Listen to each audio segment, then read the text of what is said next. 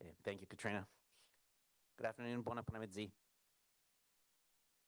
Thank you for joining us for this technical briefing to provide more information on the new Spalling issue affecting the cartridge bearing assembly, or you'll also hear us refer to it as the CBAs, that's occurring on our O-Train Line 1 vehicles, as well as our action plan to restore capacity for our customers. Merci de vous être joint à nous pour cette séance d'information. Thank you for being here for this technical briefing to talk about the action plan for Line 1 of the O-Train. Today, I'll be joined by my colleagues Marco Krunke, Director of Engineering Services, Sabrina Pazian, our Chief Safety Officer, and Joel Lemieux, our Director of Transit Service Delivery and Rail Operations. I'd like to thank Chair Gower and Councillor Curry for being here to help moderate the question period. Thank you. And I'd also like to thank members of council, their staff, as well as the media for making the time to be here to attend this meeting. So thank you very much. Go to the next slide, please. So before we get into the details on today's technical briefing, I want to begin, as I have in the past, by speaking directly to our customers. These are the customers who are feeling the impact of the reduced rail fleet in their daily lives. I know that you are frustrated and that this issue is making it harder for you to get to work, get to your classes, and to make appointments. This falls short of the experience we expect to deliver for our customers, and I apologize for any inconvenience and impact that this has caused. My team and I are here not here to offer excuses, and I too am disappointed and agree with you that the service must improve. Everyone at OC Transpo are committed and focused on returning to our normal capacity and stabilizing service for you as quickly as we can. As well, we are continually monitoring the service, and where we can, we'll make adjustments to better meet the needs of our customers. We are working hard to deliver the service that you, our customers, expect and deserve. The decision to remove vehicles from service was not made lightly, as we know the impact and importance of transit in Ottawa. However, when we say safety is our top priority, we mean it. We'll never compromise on this. Every customer should feel confident when they step onto a Line 1 vehicle, it will get to their destination. And today, as a result of the ongoing work and the corrective actions put in place by the City Safety Order, Line 1 remains safe for our customers and our staff. I also want our customers to know that we're working to hold our contractor, RTG, accountable to meet our expectations for a stable, safe, and reliable service. Today's briefing is provided as part of our ongoing commitment to transparency. We want to ensure that council and the public are fully informed about the current state of the rail system. I know that everyone has many questions, and we are here today to provide you with an update and address as many as we can. This issue is complex, with 3 work streams, each with a defined outcome being completed in parallel, and we'll get into the details. In today's technical briefing, we'll provide updates and insights on the path to restoring capacity on Line 1. The first goal is ensuring the safety of our staff and our customers by removing from service any vehicles with CBAs, cartridge bearing assemblies, that have over 100,000 kilometers of mileage. The second goal is restoring capacity. We want to safely increase the number of trains available for service and ensure that we stabilize the fleet availability. This will allow us to return to operating double-car trains at all times. The final goal is ensuring a solution is in place for the long term. The city expects that the Spalling issue will be fixed by RTG, and a root cause analysis is necessary to determine what that appropriate fix is. That is underway. As I said, I know that many of you have questions about how this may affect the O-Train East extension. We've had conversations about this. And I'll repeat, it's still too early to make any determinations on how or if this will impact the East extension. We're still in the early days. The Stage 2 team remains focused on reaching substantial completion as soon as possible. And when we have more information on that, we will provide an update. So next slide, please. Over the last 15 days, we've had 15 trains in operation. We have increased the frequency of the trains on Line 1 to every 3 to 4 minutes during the peak periods to help keep our customers moving. We've also increased the frequency of trains at some of the off-peak times as well. We've seen high ridership, but no excessive congestion at stations. And our team continues to monitor the system in real time and make adjustments, as I said, whenever possible. As shown in the graph, we normally operate 26 vehicles or 13 double-car trains during regular peak period service. Right now, we have up to 18 vehicles available. That number will continue to fluctuate for a variety of reasons, including routine preventative maintenance, which is normal. There can also be unplanned issues that take vehicles out of service temporarily. Both are part of regular operations, and we factor them in as we strategically manage the fleet and its mileage. Our goal is to restore the 26 vehicles needed during the busiest times. And to be clear, we do not need all the vehicles to return to regular peak service, as we have additional vehicles in our current fleet for the east and west extensions. Later in the presentation, Joel will speak in more detail about how operations are going and what customers are experiencing.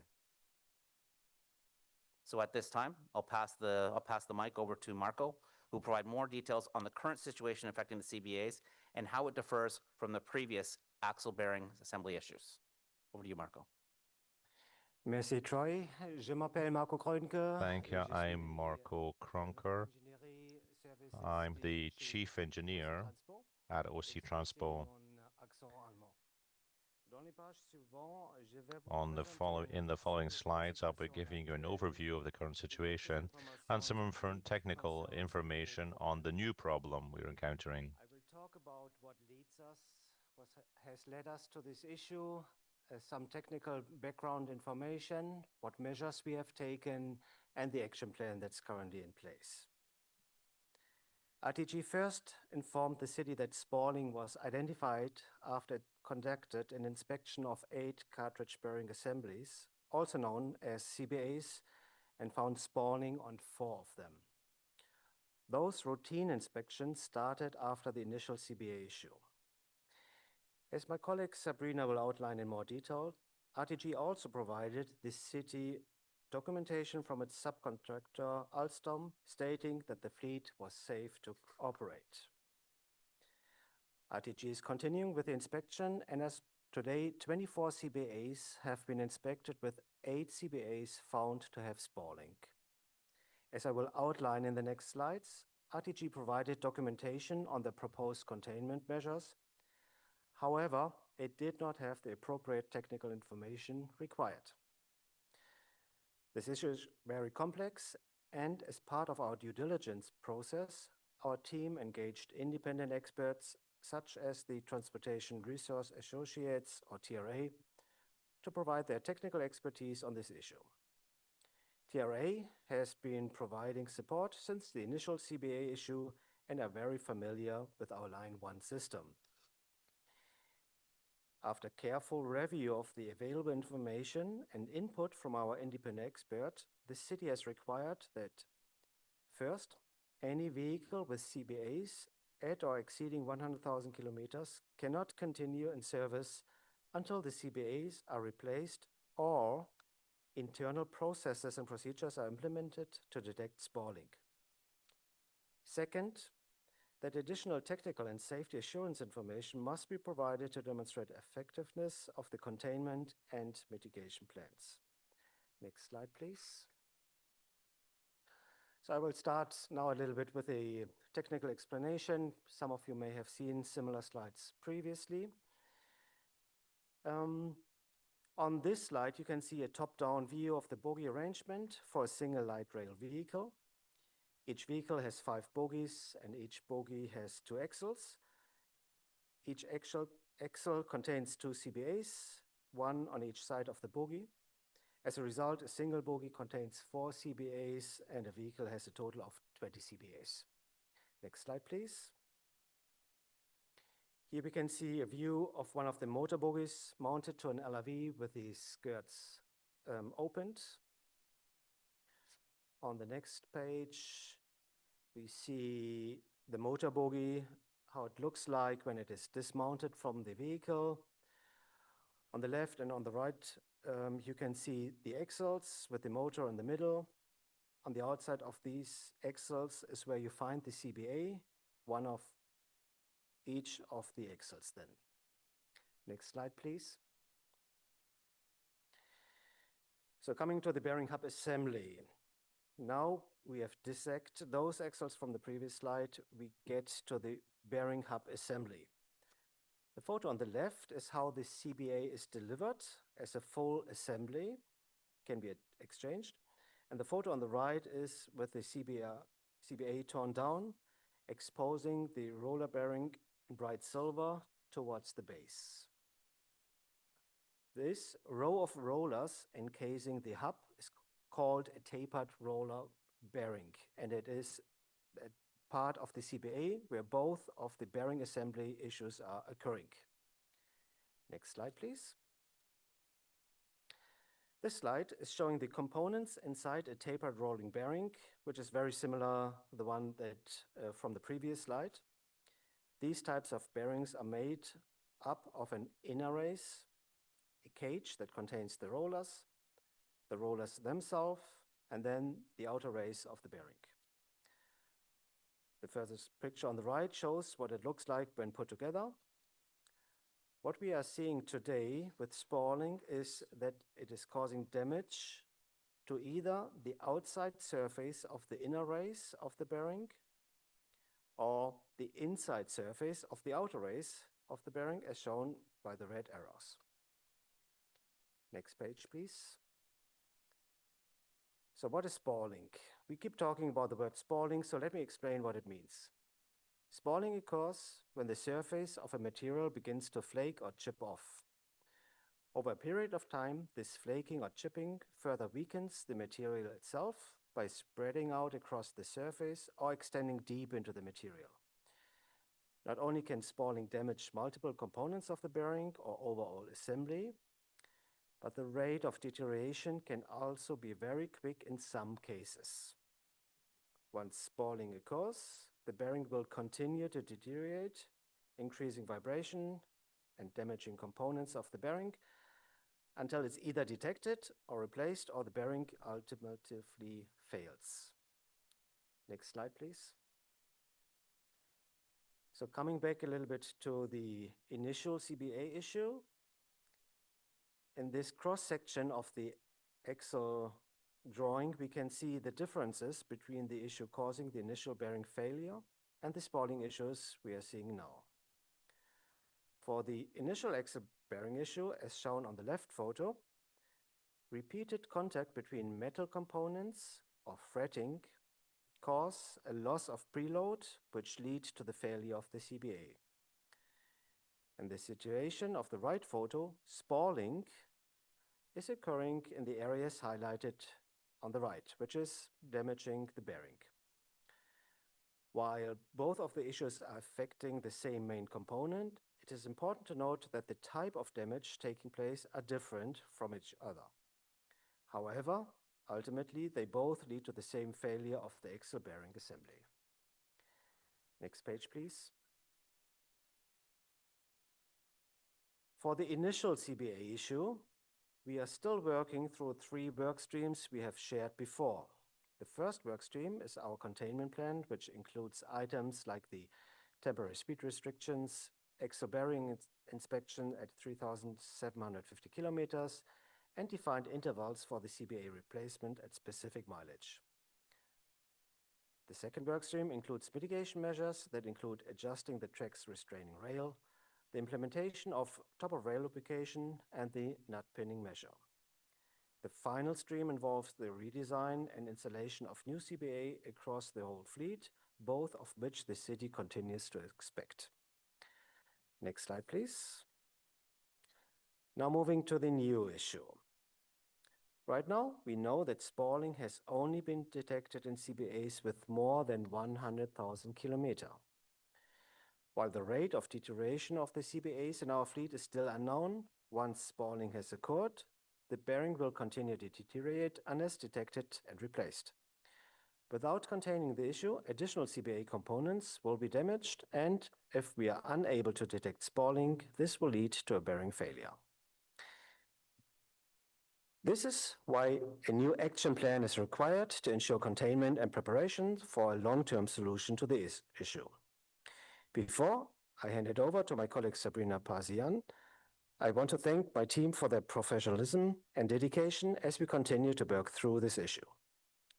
Thank you, and next slide. Merci beaucoup, Marco. Thank you, Bonjour Marco. à tous et tous. Hello, everyone. Before I get into the details of the action plan, I want to say a few words about safety. We've already mentioned it here today, but it bears repeating. Safety is always OC Transpo's top priority, but it's my sole focus as the Chief Safety Officer. Safety is not only at the forefront, but it's ingrained in every decision that I make. The decisions that led us to temporarily reducing the fleet availability for Line 1 and all the subsequent steps in returning to normal operations have been for the sole purpose of protecting our customers and our staff. We do not take these types of decisions lightly, and we took this step out of an abundance of caution so that our customers and our employees can be assured that the train fleet on Line 1 is and continues to be safe. The city is prioritizing safety, doing our due diligence to hold our contractors accountable, and working to restore reliable capacity on Line 1. This approach aligns with our safety assurance processes and our safety management system. OC Transpo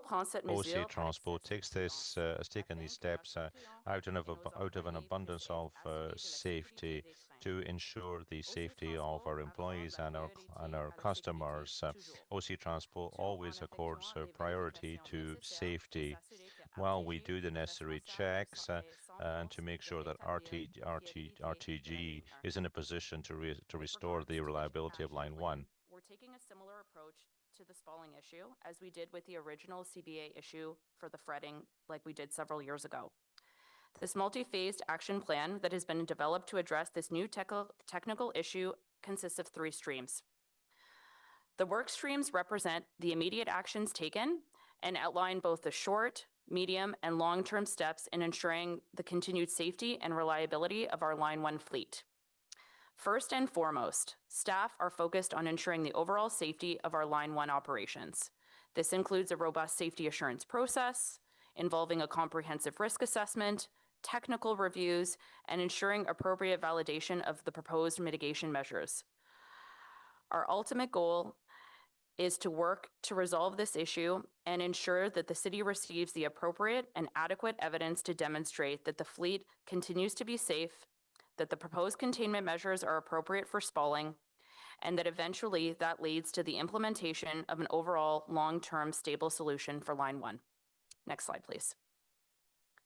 Over the next few slides, I will walk you through the 3 work streams associated with our action plan in more detail. Au cours des prochaines diapos, je vais vous présenter in the next slides, I will present the 3 action areas. Immediate actions and short-term actions that we've taken. Since OC Transpo was made aware of this issue, comprehensive technical reviews have been completed. First by our Transit Engineering Services team, led by our Director of Engineering, Marco, in addition to reviews completed by both the safety and regulatory teams, which I oversee. As Marco mentioned, we have also continued working very closely with TRA, who is our independent safety consultant. Additionally, we've had several working sessions with RTG, Alstom, and RTM, including just this morning. RTG and Alstom continue to maintain that our Line 1 fleet is safe for normal operations. However, safety is too important to just take someone's word for it. Safety must be properly documented with information that is validated and verified to support it. La sécurité doit être correctement documentée. Safety must be properly documented. It must be based on validated and checked information. Based on the information that we've received to date on the risk assessment and the containment measures, we have determined that more information is needed to be provided to the city, including verification and validation of these proposed containment measures, along with some other key documentation. Because of these gaps in the information and the analysis conducted to date, in consultation with the experts at TRA, I issued a safety order to ensure the safety of the public and of our staff. Through this safety order, immediate action was taken to remove all the vehicles with CBAs of over 100,000 kilometers or more from service. As I said, we do not take these decisions lightly, and we are all very aware of the impact this has on our customers. In order to safely move forward, staff must validate the effectiveness and the appropriateness of these mitigation measures, which must be supported by relevant safety assurance documentation, such as a comprehensive risk assessment, which I'll touch upon later on. The city expects to receive all detailed documented information that demonstrates the containment measures are effective in reducing this risk and providing a methodology to detect Spalling at an earlier stage, so it does not develop into a greater risk. This is about preventability. OC Transpo's safety order will remain in place until the city is fully satisfied that the requirements have been met. Next slide, please. Moving on to work stream 2, This is part of the action plan that represents the short and medium-term items and work that has already begun. This stream focuses on risk identification, further technical reviews, and analysis. It includes key steps such as the validation and verifications of methods, which can detect spalling before it develops further. On this slide, we'll focus on the risk assessment and the validation portion specifically. Les évaluations des risques sont un outil essentiel pour garantir la sécurité Risk de notre assessment service. is necessary to In ensure all the safety transit of our operations service. throughout the world, there is an inherent level of risk. Risk is a natural part of life. However, there's some things that we can do to limit our exposure to risk. Some risks are acceptable, they're part of our normal day-to-day operations, and they're built into our policy and procedures to manage. Other risks are not acceptable and can only become acceptable if appropriate mitigation measures are implemented. Identifying and controlling risk is paramount, and it is of key importance to safety management. It is one of the main pillars of our safety management system. This is why a formal risk assessment is so important. The risk assessment must account for the frequency and the possible range of severity of the spalling issue, in accordance not only with OC Transpo safety management system, but RTG and RTM safety management systems as well, in addition to good industry practice and all applicable law. A risk assessment, details the risk, all of the risks, and the impacts related to them, analyzes and evaluates each risk, considering both the likelihood and the impact that that risk could cause to people, property, operations, or the environment. It ranks each risk to determine and identify if mitigation measures are required to reduce the overall risk to an acceptable level. And it documents a communications plan to all affected parties, including any potential preventative or corrective actions to be implemented. Essentially, the overall structure of risk assessments is to ensure that hazards are identified, including their underlying causes, that mitigations are applied, and that the residual risks remaining after those mitigations have been applied are implemented. Typically, the outcome of a risk assessment are mitigation measures, and in this case, a containment plan to manage the risk and appropriate containment as it relates to spalling. Next slide, please. This is a very technical and complex issue. It requires a significant amount of collaboration and a variety of expertise, input, and analysis. We have been having ongoing conversations with RTG and Alstom and RTM, and will continue to work collaboratively with them while holding them accountable in fully resolving the CBA spalling issue. As I said before, we will continue to engage our experts, including internally in our engineering, safety, and regulatory teams at OC Transpo, our independent safety consultant TRA, and other consultants from across the globe. Alstom has also advised that they plan to hire a CBA expert to assist with the technical reviews and analysis of the spalling issue. And in addition, Alstom has brought in additional experts from France, Germany, and the UK who are here in Ottawa now to provide expertise on the containment measures and on safety and risk management. Marco and I and Troy spent the morning with these experts, and we had some productive initial discussions on a path forward. One of the key aspects of the technical reviews is additional data and lab results that will inform not only the containment measures, but also the investigation into the root cause analysis. At this time, there are 7 CBAs undergoing lab testing. And additionally, Alstom has committed to having 42 CBAs from 5 different trains undergo a teardown, meaning they will be fully taken apart and analyzed. This analysis will help provide more data and help us better understand the spalling issue, as there's currently still some gaps. All of these technical reviews and analysis ultimately feed into the development about how to best contain and monitor this issue moving forward with Workstream 3 once it's been fully validated for efficacy. Next slide, please. As part of the ultimate containment and mitigation of the spalling issue, a condition monitoring system would provide line of sight to the condition of our fleet. A condition monitoring system essentially provides the current status and more information on the condition of the CBAs and would alert us if it reaches a point of criticality.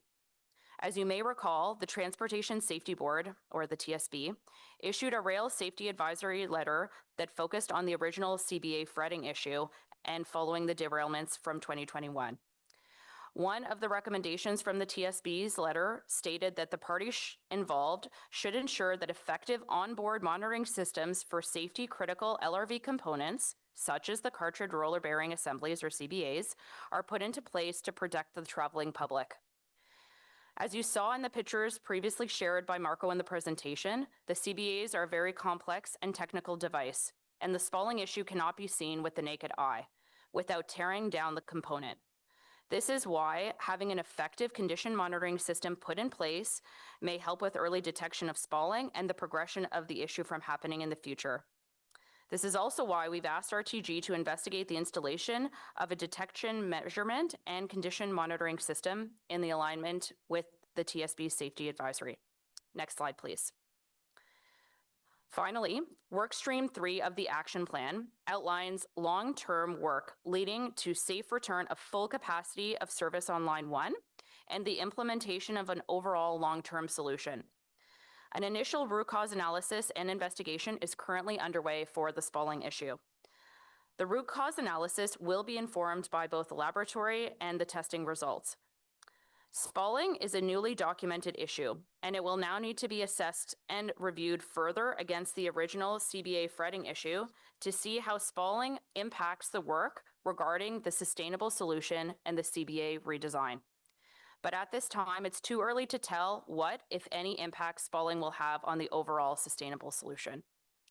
This is why a bearing condition monitoring system would be so beneficial to RTG and to Alstom, and we will be embedding this into the longer-term solution to ensure the safe and stable service on line 1.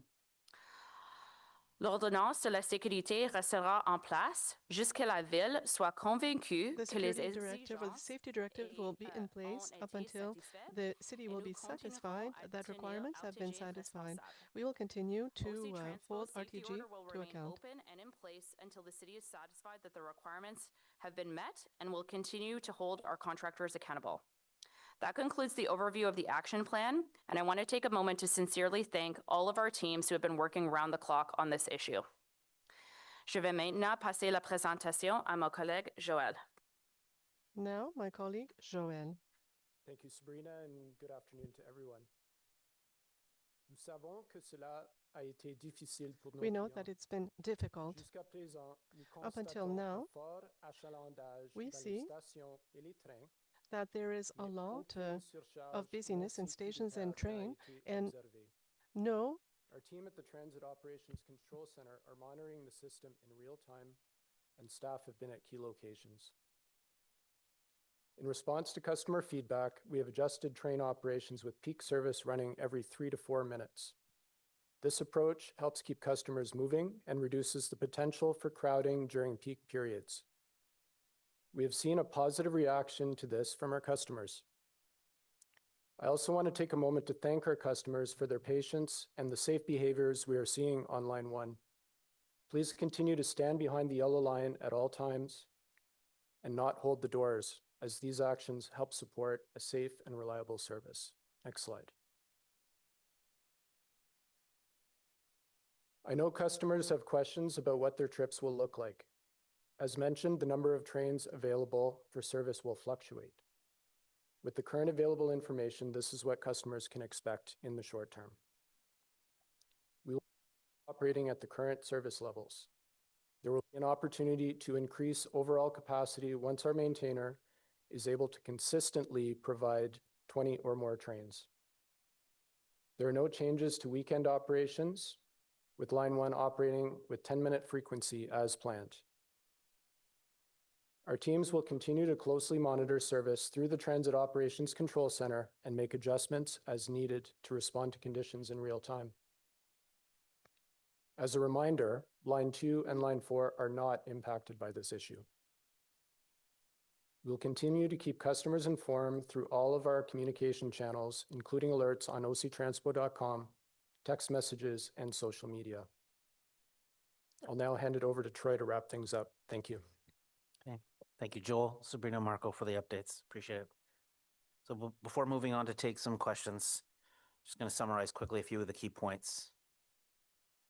As we stated throughout, and we can't stress it enough, we are committed to safety for our customers and our employees, and that's 100% number one where we're at. And you know, you've heard the term, we're going to say it over and over again, out of abundance of caution. That's what we're going to do. And that's what we're doing here. It's a priority for all our decisions. And our customers can be assured that the vehicles that are in service now, it is a safe service. You know, as Joel just mentioned, lines 2 and 4, they continue to operate well. They operate normally. They're not impacted by this issue. We have a clear action plan to restore regular capacity for our customers and to work through this issue with our maintainer. We have 3 work streams with clear goals as part of that action plan. And to summarize very, very briefly, you know, the first goal is safe operation of service. So that's the implementation of the 100,000 kilometer limitation on the CBAs. That gives us the confidence that the service can run safely for our customers. Our second work stream is about the containment plan and restoring capacity. Validation of the containment measures, the tools, the work processes, everything they're going to do to ensure that the fleet remains safe, as well as what Ms. Pazian talked about, a detection method. And then lastly, the final goal is that long-term solution. We know an issue is occurring. How do we resolve it in a long term so it doesn't continue to impact our fleet, our vehicles, and our customers? You know, you've heard me say it. We are ultimately accountable for the service, but we are going to hold RTG accountable for their part of that, and they need to fix this problem. As this matter continues to evolve, council, the media, and our transit customers can expect that we'll continue to provide updates as more information becomes available and as we proceed with this action plan. And before I conclude, I'd like to again thank all our customers for their patience. I know and appreciate the disruption that this is causing in everyone's lives, but we have solid plans to improve the overall service. We've made some progress, but more time is needed before we can bring capacity on Line 1 back to normal levels. We'll continue to keep you informed. Again, thank you for being here today. I know that was a lot of information, a lot of technical information. We're happy to take some questions. Thank you. I just wanted to ask, I was understanding that Councillor Gower was maybe going to say a few words before we started. No, I don't need to say any words. We can get right into it. Thanks, Kathy, and thank you, staff, for the update. Great. Okay. So the way we're going to do questions is we're going to go to the councillors that are in the audience here right now by order of ward. So the first question, and then I'll go to the councillors online. First question, Councillor Hill. Do you have a question?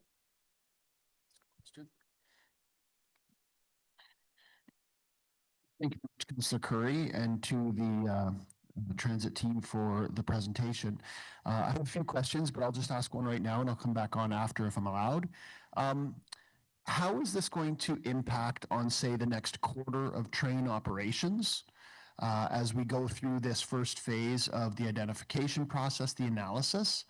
And if we interpret that the reduction in train service to customers is affecting them, is that considered a breach of contract with RTG, and are there further legal implications to that?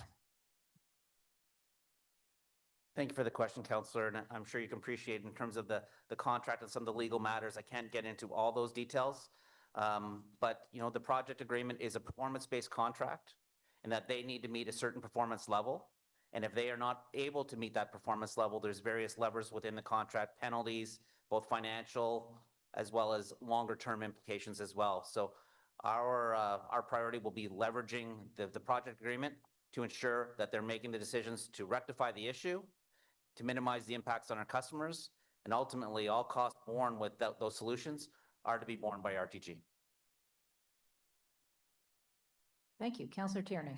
Great. Thank you, Councillor Curry. First of all, thank you for your quick response. Just to make it clear to the audience, this is not the TR, this is not the federal government that has imposed any of this. We made that clear, that just to reiterate that. I think that's important for people to know, that it wasn't the Transportation Safety Board that came out and said anything. That's correct, Councillor. So the Transportation Safety Board scope is when there is a reportable incident. This was not a reportable incident. We're here to talk about preventability. So there is no Transport Canada or Transportation Safety Board involvement at this time. Okay, that was just for clarification. So anyway, I'll go to my question and we'll keep it one by one so it's fair to everybody here today. Obviously, the East End, a major component of what's going to happen in the future. We know it's minimum 30 days. We can say 21, but by the bumper to bumper, it'll be 30. When will we find out? Will it be at a transit committee meeting? If there's going to be a shift from the April 1st deadline, would it be to a next following quarter? And the reason I ask is obviously we have a massive issue on busing as well right now.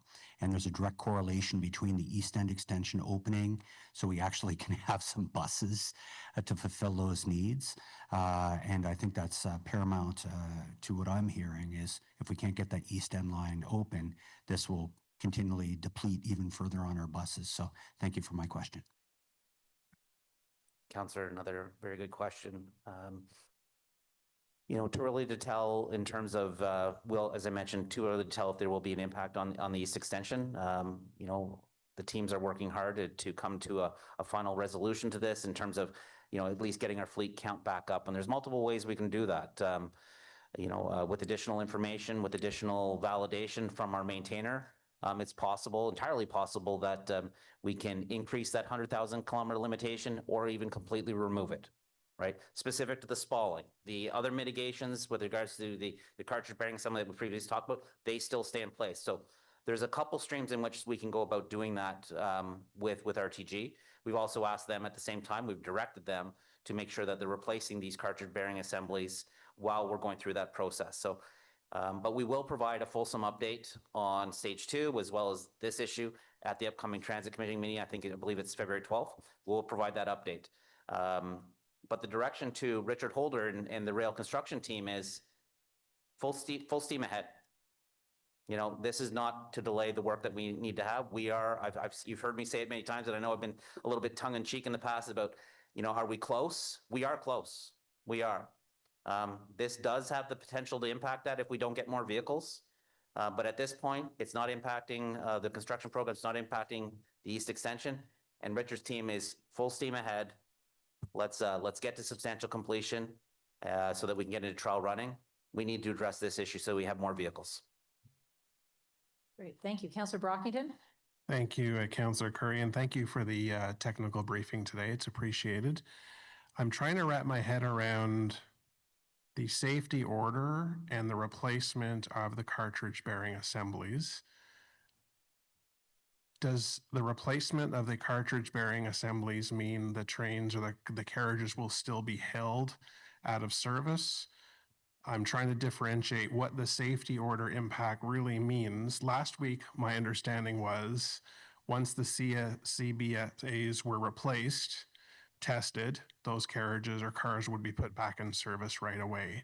And I just want to make sure what I heard today about a safety order is not that even if we have CSBAs on the shelf, they're all replaced within 2 weeks, tested, we know they work, that the root cause investigation could take a long time, and we won't be satisfied yet for many weeks, if not months.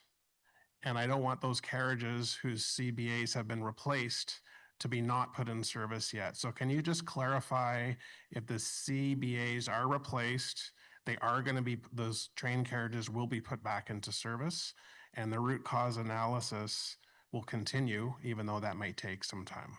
Thank you very much for the question, Councillor, and the opportunity to provide clarification. Yes, that is correct in that no vehicle with cartridge bearing assemblies over 100,000 kilometers can be put in service. That's in accordance with our safety order. Once they replace those cartridge bearing assemblies, that vehicle can be put back in service. And that is one of the opportunities in which we can start to increase the number of vehicles that are available service. Now, with that said, the vehicles that are in service are putting more kilometers and are getting up to that 100,000. But you're absolutely correct. We do not want vehicles sitting there that are available. We do want to maintain 1 or 2 spares so that we can swap things out as things can occur with any fleet of vehicles. But no, you're absolutely right. Once they replace the cartridge bearing assemblies, those vehicles can be put back in service. And as I mentioned earlier, we are working on a few things in parallel. And one of those things in parallel is the validation and verification of their processes, their containment measures, so that potentially we could alleviate that and maybe make it 150,000, 200,000, or even completely remove. So That is ultimately the best case scenario, is if we could remove that restriction as we work towards the root cause and ultimate solution. Great, thank you. Going in still ward order online, Councillor Dudas. Thank you very much.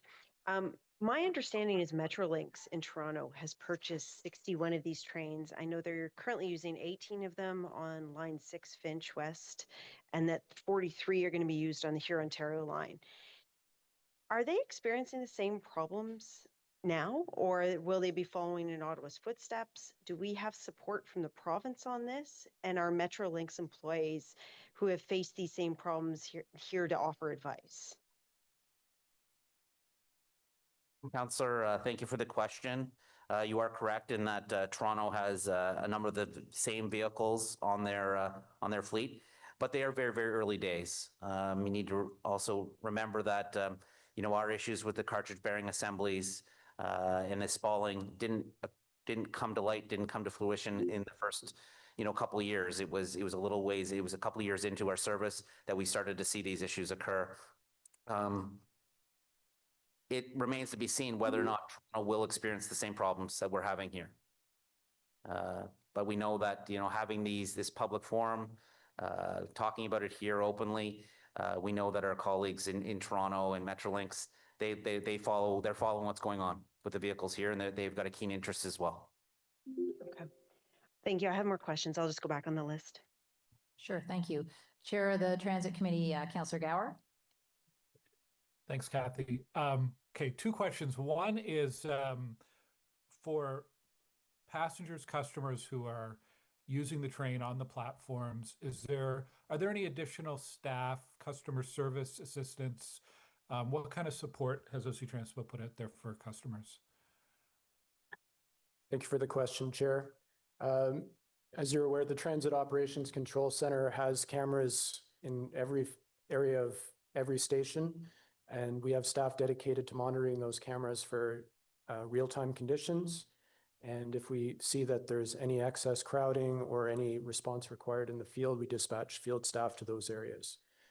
To this point, the trains have been managing the crowds fairly well. We haven't seen any overloaded platforms, so we've had minimal need to respond to the stations to support customers in that way to this point. And can you just clarify what the plan is over the next few days and weeks in terms of frequency of trains in the peak hours and in the off-peak hours, and single cars versus double cars? What do you foresee over the next few days?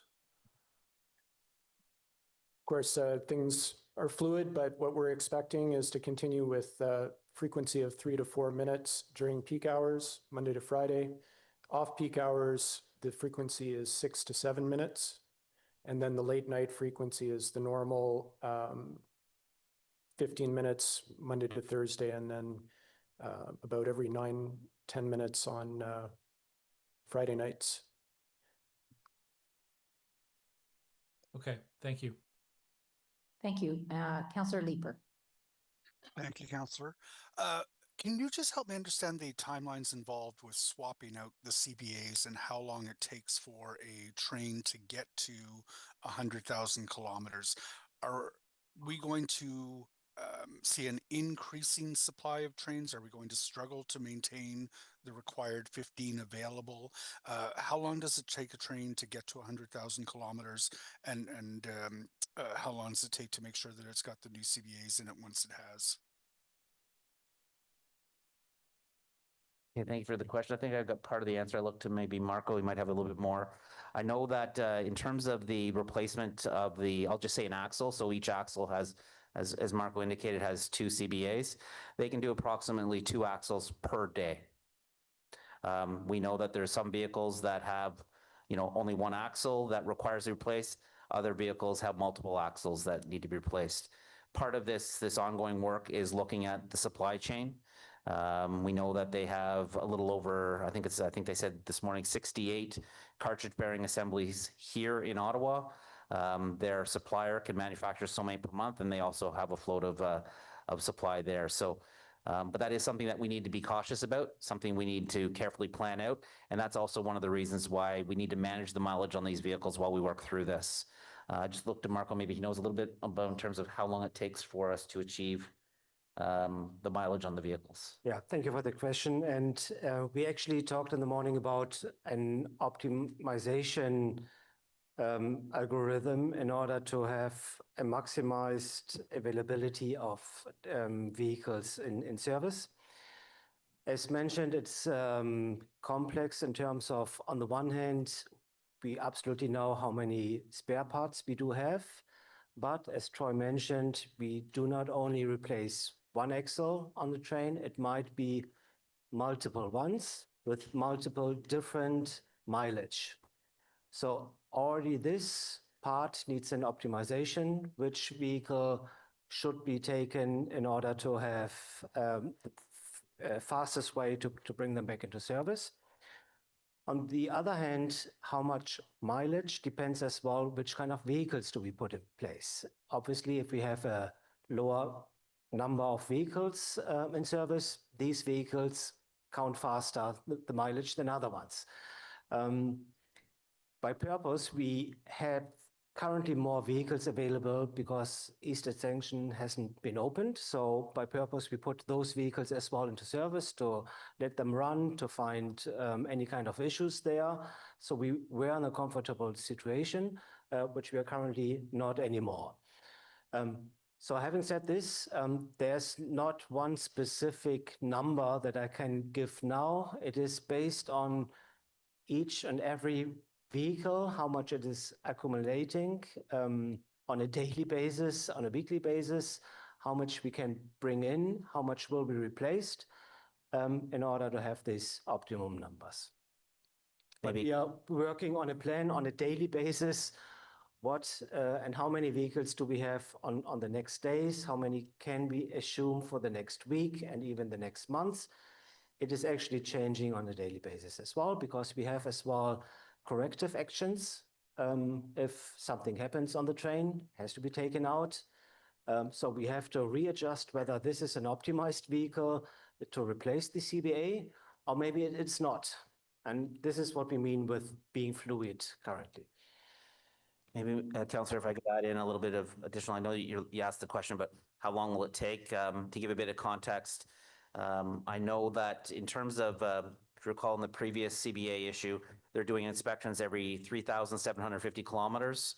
That's approximately, if that vehicle is being used on average, that's approximately 10 to 12 days. It varies depending on how frequent that train's in service.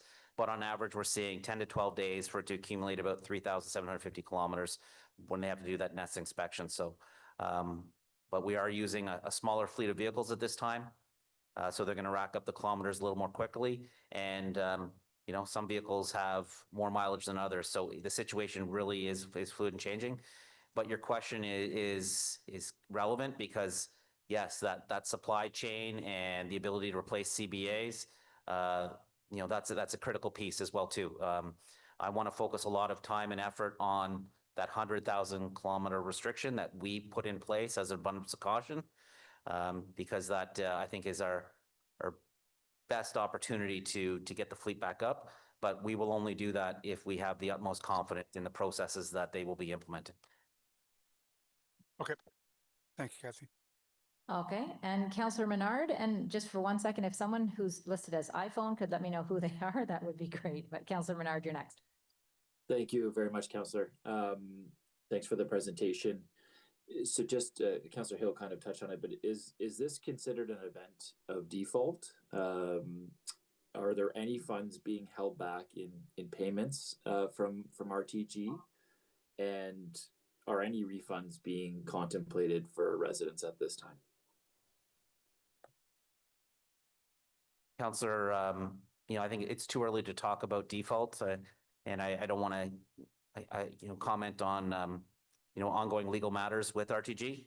But I can indicate that in accordance with the PA, that there will be financial penalties that will be levied on them for their inability to provide the service as outlined in the project agreement. They're unable to right now meet the performance specifications, so there will be penalties associated with that. Okay, I appreciate that. And just on that, the last piece there, are any refunds being contemplated for residents? And I say this just understanding this is on LRT briefing, not on bus service, but we're really in an emergency situation with our bus service as well, where we really need to fund if funding is needed to ensure buses are available and on time. We need to get to the bottom of that, obviously, right now too. And this combined with the bus issue is having a huge effect on residents. So this is why I bring up the refund piece. Have staff been contemplating that, or does that need to be an action of council?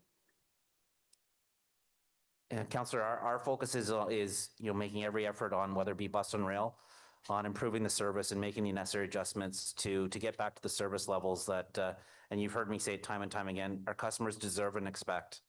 That is our collective focus. In terms of a rebate, that would be a discussion that would be required from council. Thank you. Thank you. Thank you, Councillor. Yeah, thank you. Councillor Carr. Yeah, thanks very much. Thanks, Councillor Curry. I'm assuming by you moderating that you've rejoined the Transit Committee, so that's very good news. Just on Councillor Menard's point, just before I ask my question, I do think that RTG should be involved in some of this compensation issues. We already had a problem with the buses, and now coupled with the trains, yet another default on the trains, another problem. I do think they need to be responsible with it without it being a motion from council, but we can discuss that at a later date. One of my colleagues earlier asked about, the line 1 extension to the east and potentially creating more buses, but I was really hopeful that we would have those promised buses in. We're expected to have our e-bus fleet up to 141, I believe, by the end of March 31st. That will give us the more buses to help out if this situation persists and potentially run parallel service. Could we get an update on if we're still expecting those buses in, and how soon that they will come into service? Councillor, I can give you some information now and then commit to, this is going to be part of our detailed update at the Transit Committee in February. The new buses, they are still arriving, and that is a key part of our improvement plan on the bus service reliability side of things. So that we continue to, the vehicles continue to arrive. As they arrive, they're meant in service. We're also focusing heavily on, getting our mechanics trained on maintaining these new buses. That's a key piece of this as well. It's one thing to have the bus, but we also need to make sure that we have the mechanics that can maintain them and keep them in service, because we've got some very, very strict protocols and safety and inspection regimes for them as well. So, but the new buses, the mechanics, those are two big pieces of our plan and our actions to improve the reliability, and they are still coming. They are still being delivered to us. I don't have the numbers, but that's something I can easily follow up with you. But we also will be providing that update at the February Transit Committee meeting. Thanks very much. And thanks very much, Troy, to you and your team. I think it's really important that we continue with all the troubles we're experiencing on LRT and the buses to continue to have these public-facing briefings, even though I know they take time. I think that transparency is really important so that the public is aware as well. So I hope that these continue on all facets, not just the LRT issue, as we move out of these trying times. Thank you. Thank you. Councillors in the audience, second question at all?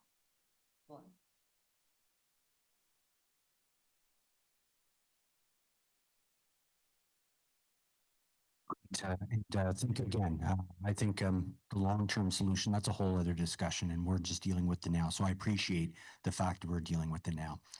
I still have great stress about the bus situation that ties to this, because it all correlates together. It's one system. The previous councillor had kind of a dovetail on my previous question, which was related to, we're publicly providing how many e-buses are in service. As of right now, it still says 36. I think you had mentioned we're up to 50, but I assume the dashboard's going to get updated soon to what the correct number of e-buses is. But I also have been going back and forth with yourself. I was hoping to hold it till the 12th meeting, but unfortunately this is here now, and I think it's a good opportunity. Can we get a commitment to be able to get the number of diesel fleet on that same dashboard as the electric fleet, just so we know, because it's very concerning, the numbers of buses going up and down. One catches fire 1 week, it's gone.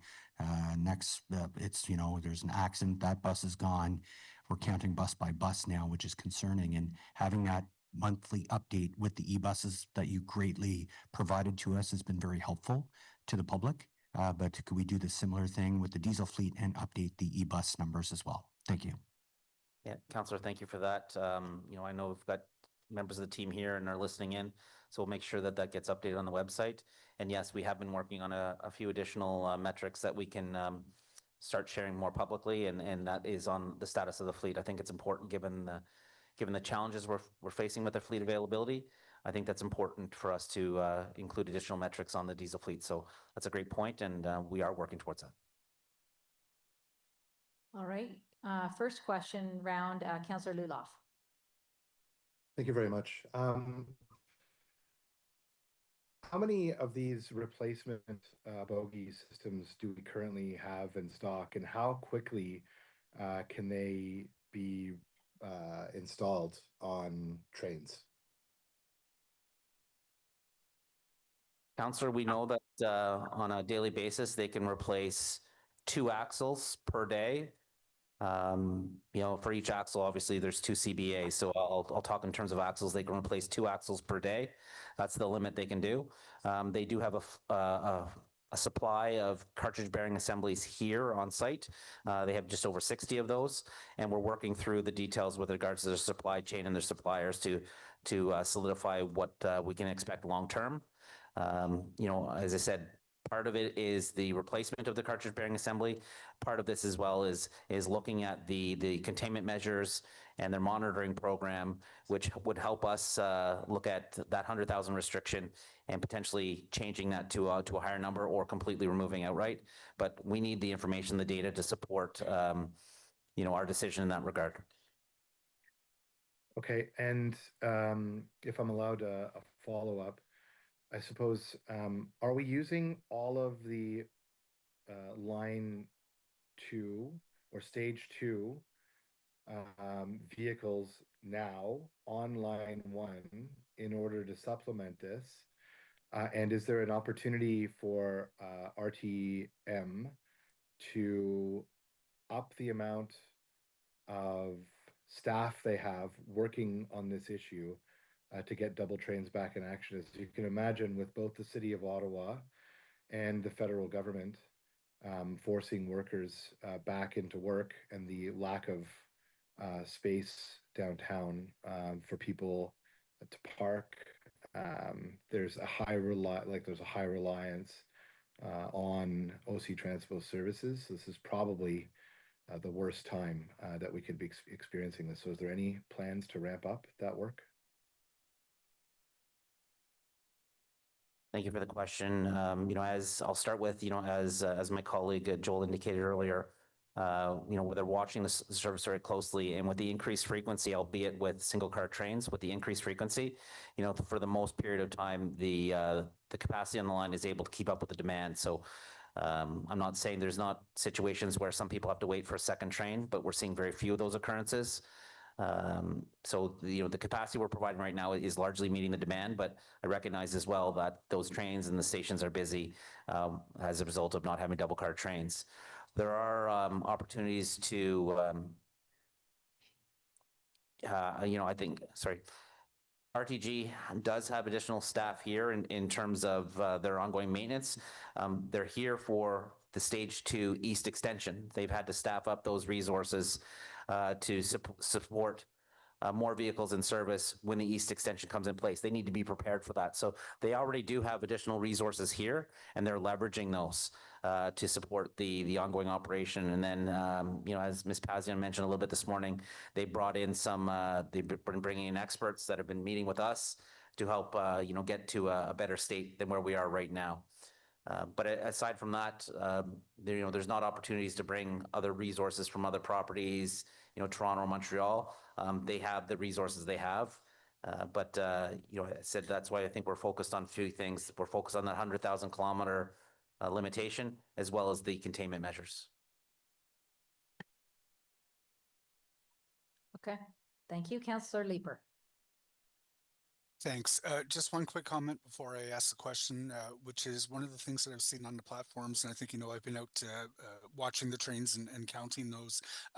There is room on some of the trains that are taking a while to load. If people would move away from the doors and get towards the end of the cars, that might help speed up some of the loading and keep things moving. The question I have is about nut pinning. The nut pinning has been seen as a bit of I think, a fail-safe against potential derailment due to the fretting issue. Does it serve the same function with respect to the spalling issue? Thank you for the question. The nut pinning is a very specific measurement against losing the nut itself. It does not prevent the preload loss that we are experiencing because of the fretting. The loss of the preload means that we have more axle play, which can be detected by the pry-bar test. The current damage that we do have, which is called spalling, is in a different area of the bearing, either in the inside of the outer race of the bearing or opposite, which means it does not lead to further axial play. It is actually a radial play. So therefore, the nut pinning doesn't really help on the issue of the spalling directly.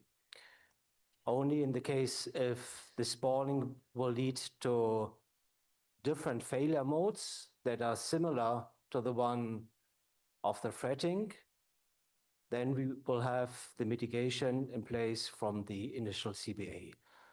That's the reason why we are currently looking for any kind of containments and mitigation measures in place to detect spalling as early as possible. And this can be various, different ways of detecting those. Again, this is what we are discussing closely with the experts, which we have discussed in the morning and continuing tomorrow morning as well. Okay, so the same pry-bar test is not going to discover the issue. Fascinating. I think I understood that. Thank you very much. All right, I don't see any other hands up. Anyone in the audience have a third question, or Councillor Devine first? No? All right. All right, I don't see any other further questions. I guess I'm not sure if I'm supposed to conclude this meeting, but I'll turn it back to you, Troy. A 5-minute break. Okay, thank you, everyone. We'll take a 5-minute break. Thank you, everyone. Thanks for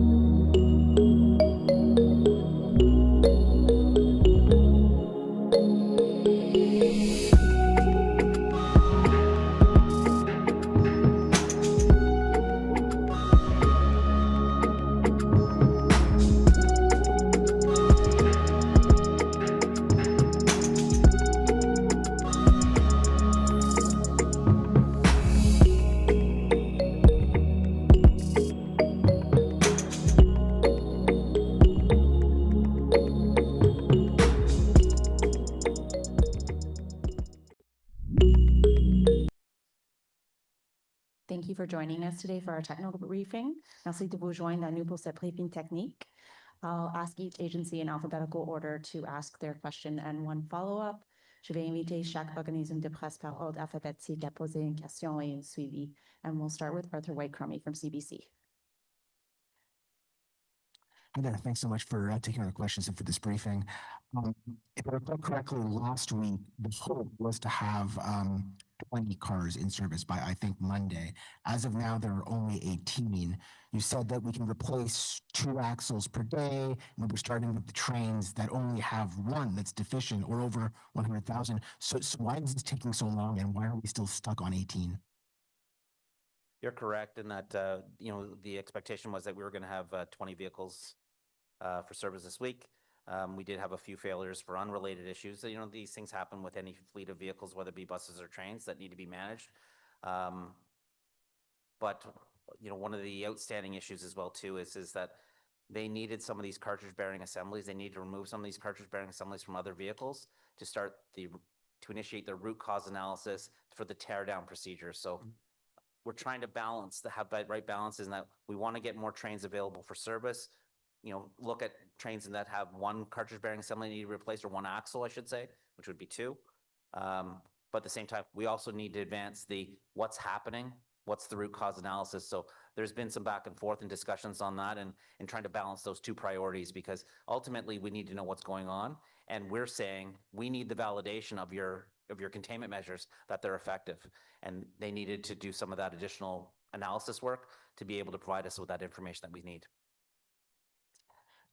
It sounds like there's still a lot of work to do here. You've only inspected, I think I heard 24 bogies or 24 CBAs of the potentially hundreds that are on these trains. We must at this point have some sense of a timeline for when we can return to regular service. How long is it going to take to do all this work? I wish I did have a timeline for you. I don't. What I can assure everyone is that we're working as best we can, as hard as we can, as fast as we can, to come to a solution in terms of, in being able to increase the number of vehicles. But ultimately, it comes down to, we need to be confident that the vehicles are safe to run in service. Alstom has gone through and they've done some acoustic monitoring on the entire fleet. They're doing a second round of that acoustic monitoring, and then that's what gives them the confidence in saying, your fleet is safe to operate because we are not observing any spalling. What we're saying is, then you need to give us that validation, give us that information, give us the information that's leading you to those conclusions so that we can better understand. We've had 2 derailments here. We've had issues with the cartridge bearing assembly. So we are going to be very, very cautious in our approach. And that's what we're applying. At the end of the day, they may be correct in saying that, the vehicles are 100% safe for service. We believe that is an accurate statement. We just want that validation and verification. I think that's fair. We're doing, I mentioned it last week in one of the conversations we were having. This is us doing our due diligence, and I think this is what our counselors and our customers would expect us to do. Next is Leah LaRocque at CTV. I'm just wondering, for this issue, and as tying it to the other issue, how much of this is related to the design of the tracks? How much of it is not just a problem with the vehicles or the cartridge bearings itself? Is the track itself impacting these issues? I'll provide a little bit of an answer, and then maybe I'll look to Marco or my other colleague Richard to maybe provide a little bit more context. But when we go through those root cause analysis, it's looking at all options. With regards to the current spalling issue right now, it could also be a containment of grease. It could be an installation issue. There can be multiple reasons. It could be a batch issue. So right now we're not unruling anything out, but ultimately, and consistent with what we've done in the previous issue, RTG, you are accountable for the performance of the service, whether it be track, trains, or other related infrastructure. You're responsible to manage that. You built it, you designed it, you maintain it. We're going to hold you accountable to that. At this point in time, it's preliminary. It's early to say, but we believe it is a vehicle issue. But ultimately, that links into the long-term solution is If it is a track issue, then they would need to deal with that. But at this point in time, we believe it is more of a train issue. But I'm jumping to conclusions at this point. We need to let that analysis and that investigation continue through. So I don't know if Richard. Yeah, Troy, you're completely correct. We have to wait as proper technical investigation for the root cause analysis before coming into conclusions. However, there's a known science around bearing failures, and even there's a standard, the ISO 50423, which explains different mode of failures.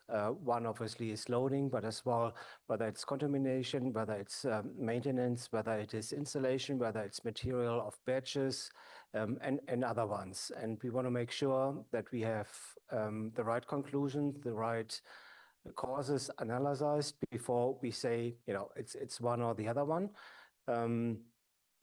However, we have started containment measures, which has to taken even before knowing the cause. Obviously, as well with the long-term solution, we have to make sure that this is contained as well in any kind of new redesign then. So how much does this issue support the axle redesign, and where are we on the redesign issue?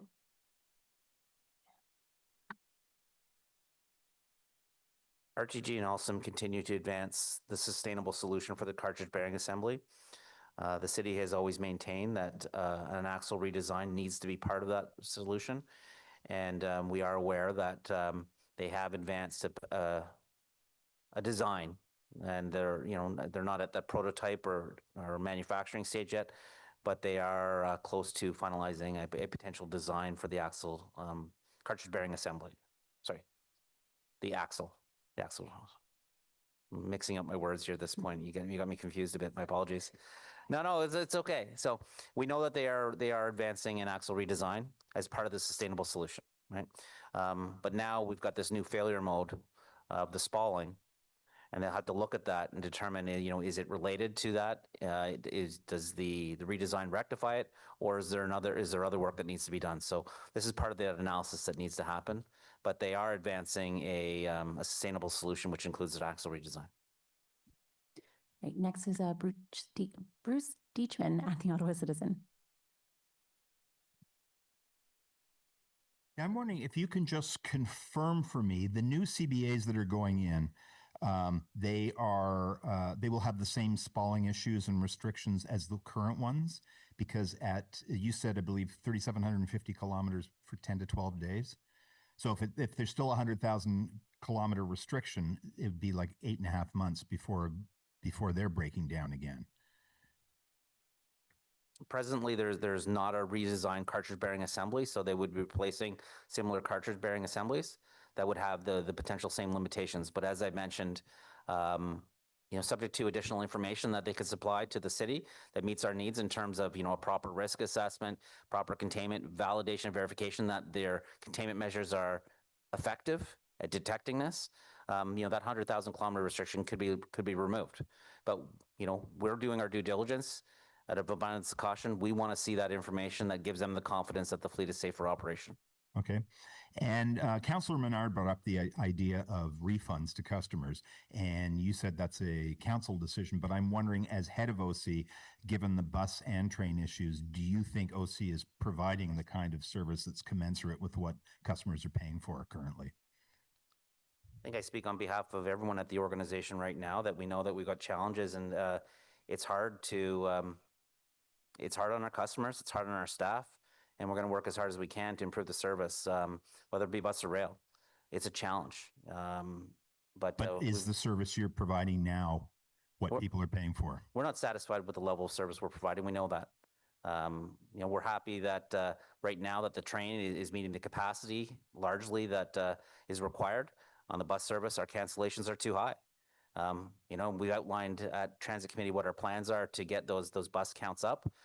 We need to onboard new buses. We need more mechanics. We've got lots of good action plans that will get us to that point, but it'll take time. But no, we're not satisfied with the level of service, and we're going to keep working until we get back to the levels that are, as I said earlier, that our customers deserve and expect. Do they deserve a refund, I guess? That's a conversation that needs to happen at council. I have previously indicated that refunds and those types of things will pose additional financial pressures on the city, and that needs to be considered. But I understand the perspective in terms of the impact on our customers and the level of service that we're providing. So, but I think it's an important conversation that could be had. Thank you. Et prochainement, Frédéric Tatin, Radio-Canada. Frédéric Pépin from Radio-Canada.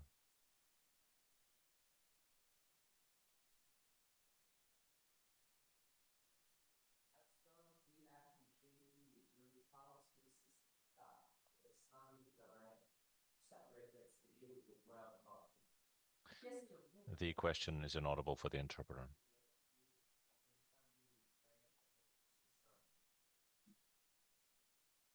Thanks for the question. Yes, you're quite right in what you say. RTG and Alstom have said that the trains are safe, but the city is waiting for validation. Documents, a risk analysis, if you like.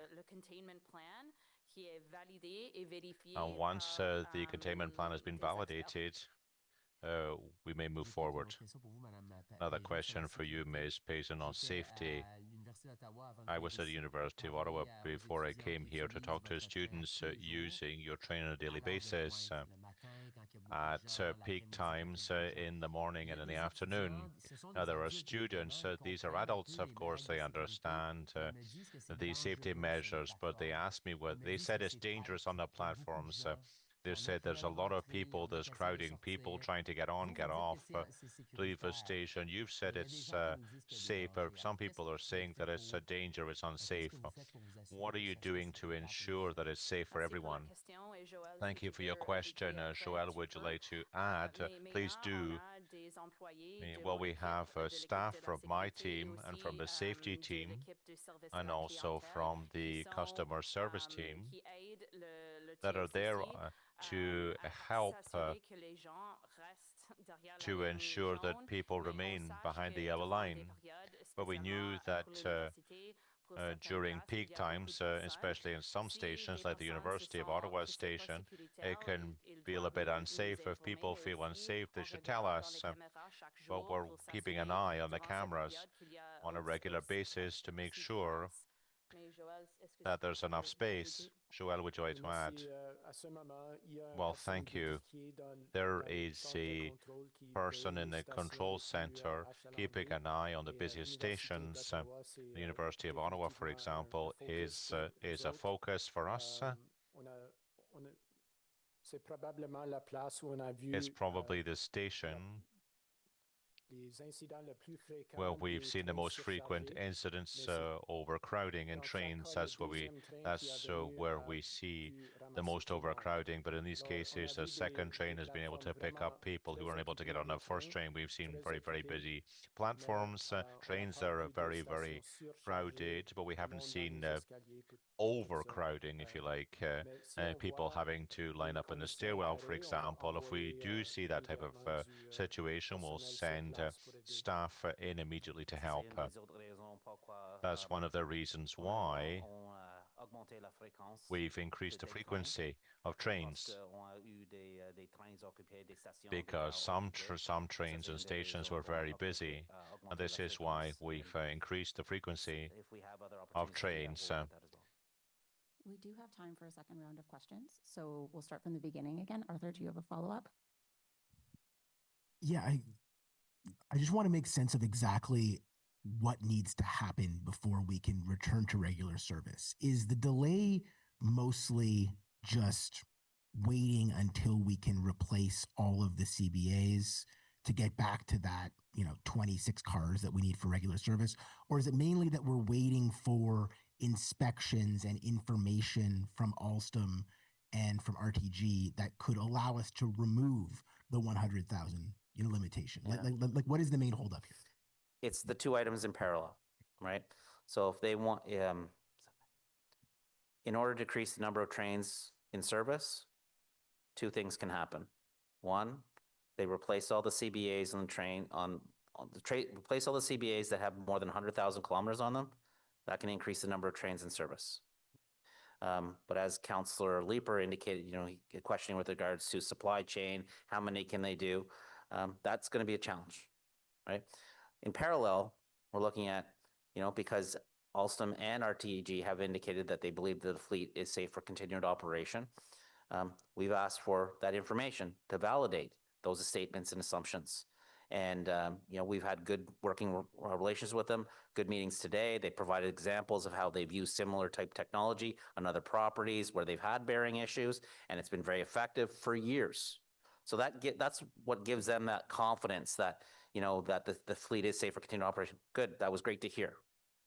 I need to see the information and how it pertains to our system and our cartridge bearing assemblies. So it's great that you've done this 3-4 other properties.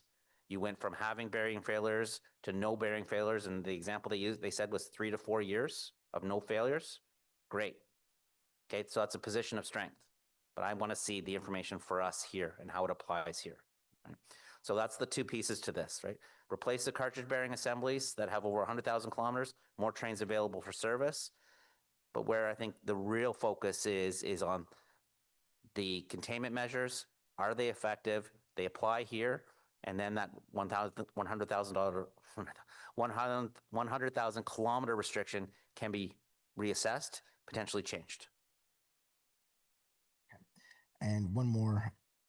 I'm thinking back to the other bearing issue that we've experienced in the past. And on a certain level, it felt like we'd never gotten to the root cause. Like we learned that it was lateral forces that were causing pressures on the bearing, but we didn't know what was causing those lateral forces and whether it was the rails or the wheels. Here, I'm wondering, do we at least have that level of knowledge? Like, do we know, are we as certain what's going wrong in this situation as we were in the other situation, or are we completely in the dark as to the root cause? We're not completely in the dark, but it's a similar situation that we know what's failing, but the question as to why it's failing is the outstanding question. It could be as simple as a batch of these cartridge bearing assemblies all came at the same time, and I'm not trying to be flippant with them. We could have received a bad batch. It could be containment in the grease that was used. It could be an installation issue with a limited number, because you got to keep in mind that we didn't see this issue previously. This is a new issue. And there's been a lot of work done on these cartridge bearing assemblies. So yeah, the question is, why now? What happened? So there's a few variables that need to be assessed. So we know what is failing, but the exact reason why it's failing, we don't have that information. That's part of the ongoing investigation. Next, Leah Larocque. Can you just walk us through, is the replacement, and just building on some of the other questions they have, is it as easy as just taking out one axle, putting it in with the other? Like, can you walk us through how this method is being done? And is it being done here in Ottawa? Yes, the work is done here in Ottawa. Literally, yeah. You take the bogie down off the train. You can switch them out, but you can see. Looked at some of the pictures earlier. We can maybe pull one up. It's a lot of work, right? You have to lift a whole train up, put up a train on jacks, drop a bogie that weighs thousands of pounds. Each axle is very heavy, so it's a lot of intrusive work that needs to happen. It's not, I won't say it's overly complicated, but it is manual labor and it takes time to do. And even when you just factor in, when you have a yard, 30 some odd vehicles sitting in a yard, 60 vehicles sitting in a yard, just even moving trains around within a yard takes time. So that's where they've estimated that they could do 2 axles per day. That gives you an idea of the scope and scale and how difficult it is. But jack a train up, drop the bogie, replace the axles. It sounds really simple, but there's a lot of checks and balances that need to go in that as well too. This is not my second question, but is that taking away then mechanics that might be working on buses that are old, or? No, the mechanics on the trains are completely separate from the mechanics of the buses. But to your point, when the rail vehicle mechanics are working on this, they're not working on other things. Now, we're fortunate in that they've increased their staffing levels as a result of the East Extension coming on, so they have additional staff here. But there's only so many lifts in the yard. There's only so many vehicles that you can work on at a time. So there are some constraints there as well too. And I just want to ask about when we've been talking a lot about the possibility of a failure. I'm not an engineer. What does that mean? Like, are we talking this could have ultimately resulted in another derailment? When spalling starts to occur, it's a matter of time before the bearing itself will fail.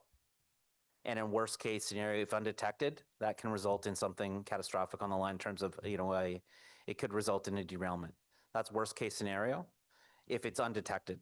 So we need to be cautious on these bearings, and that's why we're taking a very, very cautious approach, and that's why we're asking for provide us the validation, verify that your containment measures are effective for the Ottawa project, give us that confidence that you have, and that's the ongoing discussions that we're having. Et finalement, Fred. What do we make of this today? What's the, like, Arthur and I were speaking, what's the news here? I don't think there's news in this because I don't see progress on where you were Friday. So what are you telling people today at home? Are you guys seeing progress or are we not seeing progress yet? Donc en français, ça peut être la réponse aussi. Could you Désolé, answer je in l'ai dit en French anglais. as well? Sorry, I said it in English. I want your answer on this either en français or en anglais or maybe both. Merci. We are seeing progress. I know you haven't seen progress in terms of the number of vehicles available for service, but we're advancing the discussions in terms of, what's happening and what we can do to get back to normal service. So we're advancing those discussions with our maintainer. But I appreciate it this time. This is a new issue, and customers are tired of hearing of issues that are affecting, line one service or these trains. But that's our collective focus is on getting back to service as quickly as possible, but we're going to do it safely, we're going to do it reliably, and we're going to make sure it's stable. But we are making progress. The purpose of today is we want to get a little bit more into the technical information as to what's happening and explain a little bit of the difference between the former cartridge bearing assembly issue that we've talked about with this new issue with spalling. We wanted to make sure we provide that information, the opportunity to allow counselors and the media to ask questions to keep the public informed. Okay. Merci. Thank you, everyone. This concludes our media availability.